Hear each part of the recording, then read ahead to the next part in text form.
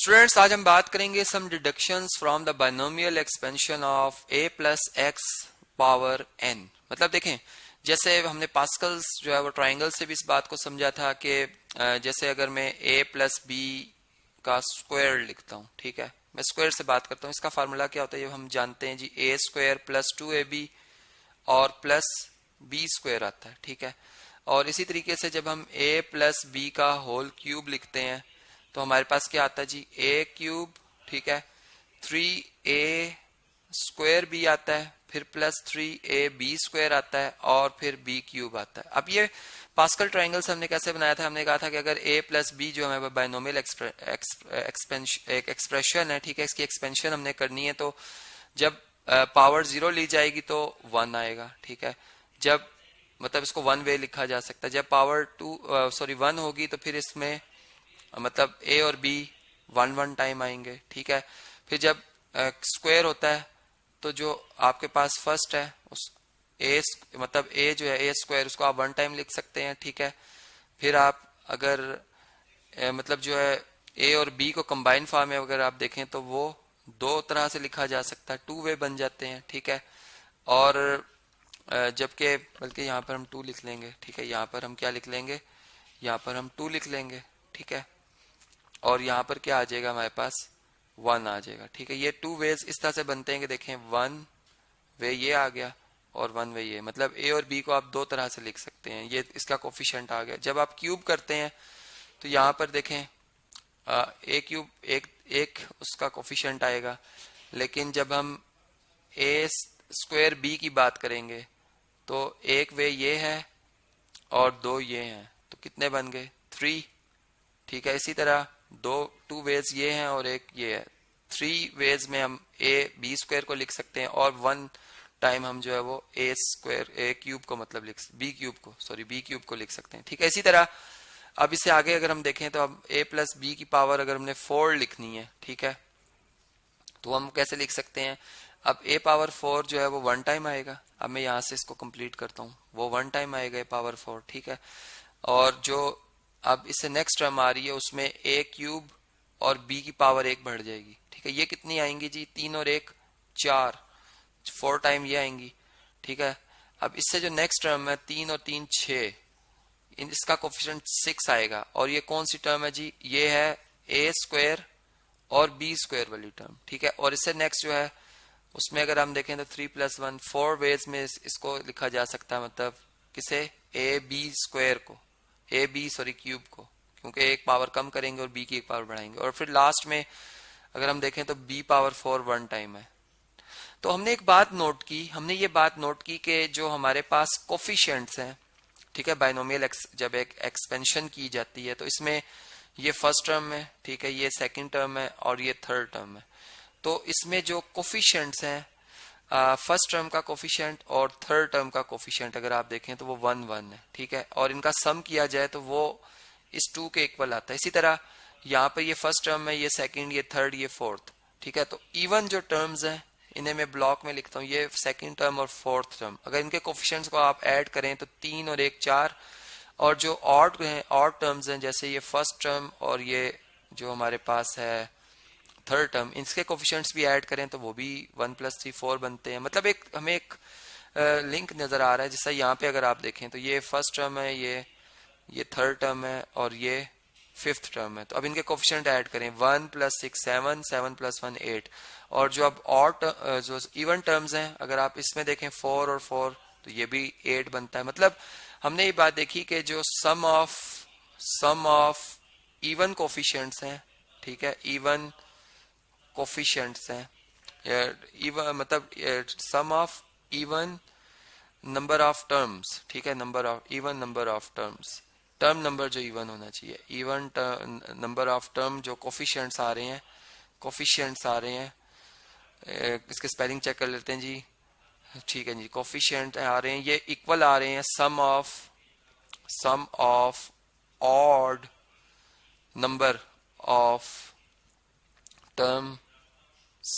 Terms coefficients कर लेते हैं, अभी टर्म्स कोफिशिएंट्स कर लेते हैं, ठीक है। बात आपको समझ आ गई है।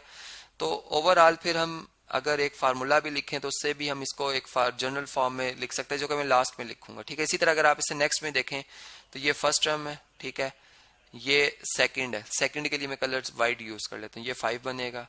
फिर ये थर्ड टर्म है तो ये कितना बनता है 10, ठीक है। फिर जो हमारे पास है इसे नेक्स्ट टर्म वो 10, ठीक है, 6 + 4 10, और यहाँ पर इनका सम कितना बनेगा 5, और लास्ट टर्म 1। अब देखें इसमें भी अगर इवन टर्म्स का देखा जाए, इवन टर्म्स को अगर देखा जाए तो यहाँ पर इवन टर्म्स कौन सी बन रही है, सेकेंड, फोर्थ, ये है फिफ्थ और ये 6। अगर आप इनका सम करें तो 1 + 10 कितना बना 11 + 5 कितना बना 16, और अब इनको अगर आप ऐड करें तो 1 + 10 11 + 5 16। तो यही बात जो मैंने भी कही है कि ये सम इक्वल आता है कोफिशिएंट्स के हवाले से, ये एक जैसा। फिर हमने एक और बात देखी कि अगर इन तमाम कोफिशिएंट्स को प्लस किया जाए, जैसे 1 + 2 + 1, तो ये कितना बना, ये 4 बना, जो कि 2 का स्क्वायर होता है। मतलब यहाँ पर अगर हम जब हमने पावर 1 ली थी तो ये 1 + 1 2 बना था, ठीक है।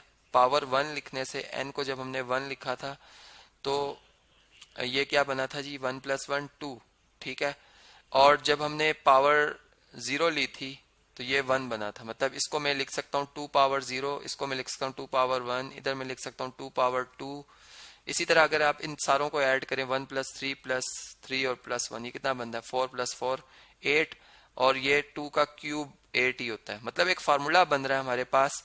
अगर आप इन तमाम टर्म्स का अगर सम करें तो ये फिर 2 की पावर 4 आनी चाहिए, मतलब इसी लिहाज से। और अब हमने अगर 2 की पावर 4 देखें 16 बनता है, और अब मैं इनको प्लस करता हूँ, देखें 16 ही बनेगा। 6 + 4 कितना बना 10, 10 + 4 14 15, और ये 16 ही बनता है। इसी तरह इसका मतलब अगर पावर 5 होगी, ठीक है, एक बाइनोमियल एक्सप्रेशन की पावर अगर 5 होगी तो उसमें जो जितने भी कोफिशिएंट आएंगे उनका सम जो बनेगा वो 2 की पावर 5 बनेगी, मतलब 32 बनेगा। और यहाँ पर आप अगर चेक करें तो देखें 32 बनता है।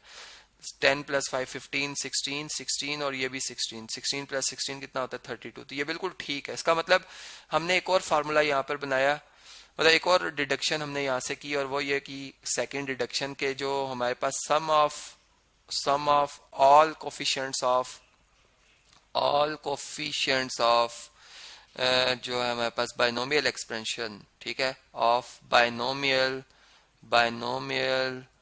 एक्सप्रेशन, ठीक है, ये किसके इक्वल होता है जी, ये इक्वल टू होता है इज इक्वल टू 2 पावर जो है जो पावर ऑफ बाइनोमियल एक्सप्रेशन होगी, ठीक है, बाइनोमियल एक्सप्रेशन होगी। अब वो कोई भी हो सकती है, मतलब जैसे कि अगर आपसे कोई ये कहता है कि a + b, ठीक है, और इसकी पावर है 7, ठीक है, तो इसमें फिर हमने देखा कि n हमारा 7 है।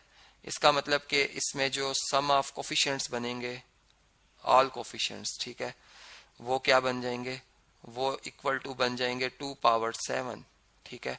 तो यहाँ पे हम 2 पावर 7 लिख देंगे, जो कि आप अगर देखें 2 पावर 5 होता है 32, 6 होता है 64, ये 128 बन जाएगा। इसको आप चेक भी कर लीजिएगा कि एग्जैक्ट यही आंसर आता है या नहीं। तो इस तरीके से हमने एक फार्मूला, एक डिडक्शंस जो है वो बाइनोमियल एक्सप्रेशंस के जो एक्सपेंशन है उससे देखी। अब इसकी जो जनरल फॉर्म है वो भी आप जो है वो खुद भी ड्राइव कर सकते हैं, मतलब इसका फार्मूला भी आप ड्राइव कर सकते हैं। मैं यहाँ पे सिंपल एक फार्मूला लिख देता हूँ जो कि आपकी एक असाइनमेंट होगी। मतलब अगर a + b की पावर आप n ले रहे हैं तो बाइनोमियल जो हमारे पास थ्योरम है उसके हिसाब से जो हमने एक बनाया था एक फार्मूला जिसमें NC0 कॉम्बिनेशन है, मतलब a पावर n आएगा, ठीक है, NC1। अब a जो है उसकी पावर 1 कम करते जाएंगे, b की पावर 1 बढ़ाते जाएंगे, ठीक है। तो इसी तरह NC2 जब लिखेंगे तो इसमें a की पावर अब और 1 कम हो जाएगी, 2 मतलब कम हो जाएगी n में से, और b की पावर 2 इंक्रीज कर जाएगी। इसी तरह चलते चलते प्लस ऑन जब हम सेकेंड लास्ट टर्म लिखेंगे n से जरा पहले वाली, तो उसमें n-1 आएगा, a की पावर रह जाएगी 1 और b की पावर रह जाएगी, पावर बन जाएगी b की पावर n-1, और फिर प्लस इसी तरह लास्ट में NCn, और a की पावर 0 हो जाएगी और b की पावर आ जाएगी n। तो इसमें आप जो है वो a और b को डिफरेंट मतलब नंबर से, इंटीजर से पुट करके ये जो रिजल्ट्स हैं जो मैंने अभी बताए हैं ये आप ड्राइव खुद भी कर सकते हैं।